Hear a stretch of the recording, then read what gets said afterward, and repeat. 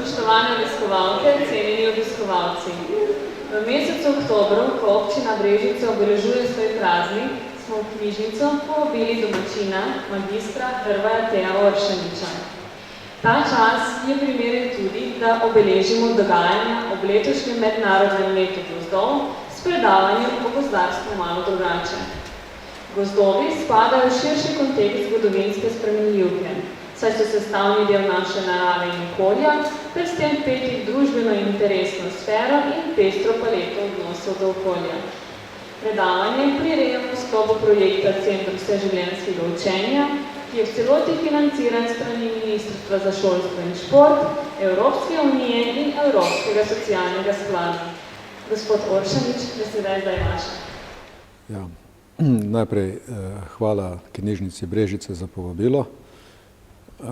Torej, današnje predavanje je bilo v sklopu praznovanja praznika občine Brežice po eni strani, po drugi strani pa tudi v sklopu dogajanja ob mednarodnem letu gozdov, ki je letos in je bilo pač namenjeno, moje predavanje imelo naslov malce drugače o gozdu. Z ozirom, da sem gozdar, ki nisem več neposredno v gozdarski operativi, si lahko dovolim po 25 letih prakse malo retrospektive, kot se temu reče, malo pogleda nazaj. Se mi zdi, da je odnos do gozda tisto bistveno gibalo, ki usmerja dogajanje v našem prostoru, ampak recimo odnos do gozda pravzaprav ni nič drugačen, kot je odnos recimo do travnika, odnos do kmetijske površine, odnos do voda, odnos do zraka, ne nazadnje ali do nafte ali do kakršenkoli recimo naravnega vira. V bistvu odnos do gozda temelji na interesih. Je pa res, da smo ljudje v svoji naravi precej grbežljivi, grbežljive zveri, živali, in nam nikoli ni dost, se to tako vsi vemo. Torej, vemo za tisti znani pregovor, več imaš, več si želiš, in to gre v neskončnost in v takšnem svetu se bomo enostavno izgubili, ker te naravni viri, recimo gozd je naravni vir, bom rekel, na tak način izraženih interesov ne bodo mogli dolgo več servisirati, ker le populacija narašča, naravni resursi, kot je gozd, voda, zrak, karkoli hočete, so pa omejeni. Tako da enkrat bo treba reči ne takemu načinu življenja in ga spraviti v neko bolj normalno obliko. Pa mogoče je recimo zanimivo vprašanje bilo danes izpostavljeno tudi, kaj smo recimo v letu 2011 naredili za okolje. Vizavi tega, kar naredimo zase kot za človeško populacijo, ker namreč pravzaprav vse, kar naredimo zase, za okolje ne naredimo nič.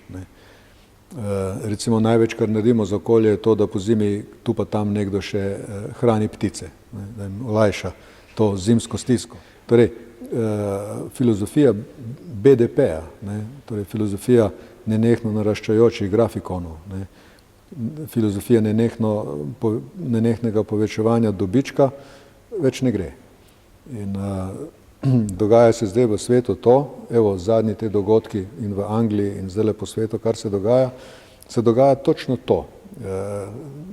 Moja generacija, če sem samokritičen tudi do sebe, mi znamo opozarjati na te vprašanja, ampak kot generacija moja nismo sposobni tukaj narediti korenitih sprememb. Mladi pa so.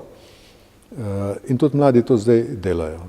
Ta, bom rekel, protest pred lastnikom kapitala, pred bankam, protest pred, bom rekel, srečanji, bom rekel, trgovskih skupnosti, to je odraz tega. Torej, mladi instinktivno reagirajo pa dobro. In jaz si srčno upam, da jim bo uspelo. Da jim bo uspelo brez nasilja spraviti svet v bolj strpen tek. Je pa ena velika resnica tudi to, da je Slovenija prekrasna.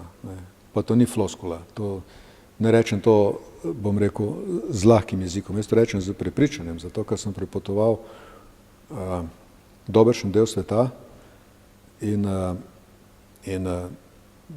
definitivno ta prva in najbolj pomembna poanta vsakega političnega programa ali pa kakšnegakoli razvojnega programa je ohranitev naravnih vrednot slovenskih. Ne. To, kdor ne razmišlja tako, ta razvoj v Sloveniji ni dobro nameren. V bistvu smo lahko v evropskem merilu strukturo slovenskih gozdov še zelo zadovoljni. Ne. Namreč mi smo bili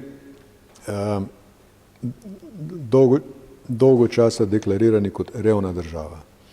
Kot zaostala država ni bilo nekih večjih sredstev, da bi recimo v večjem obsegu spreminjali bukove gozdove, ki so pri nas naravni gozdovi, v gozdove iglavcev, kot so to naredili recimo v Nemčiji, ker si zdaj belijo glavo in ogromne denarje vlagajo v to, da nazaj širijo po gozdovih iglavcev, po smrekovih gozdovih nazaj širijo buko pa hrast, ne, listovce nazaj.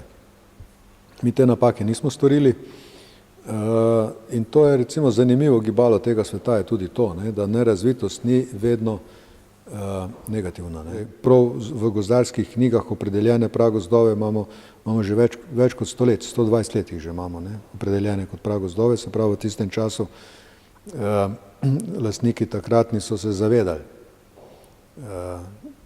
tega naravovarstvenega pomena in so pustili določene predele gozdov, posebej na Kočevskem, nedotaknjene.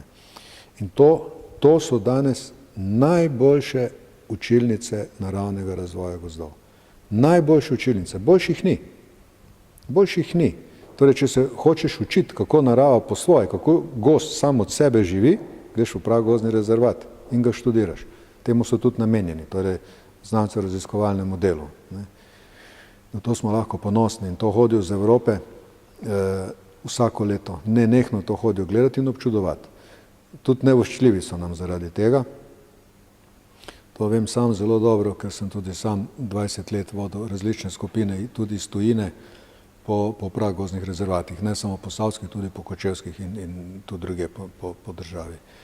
Kratka, to je naša enkratna, bom rekel, naravna, pa tudi, če hočete, kulturna dediščina. Zato smo pa odgovorni, da jo ohranjamo, smo pa odgovorni ne samo gozdarji. Torej, celotna družba bi se mogla zavedati vrednosti, to je narodova dediščina, ne, pomena teh pragozdnih rezervatov in bi vsak po svoje mogel prispevati, da se to ohranja.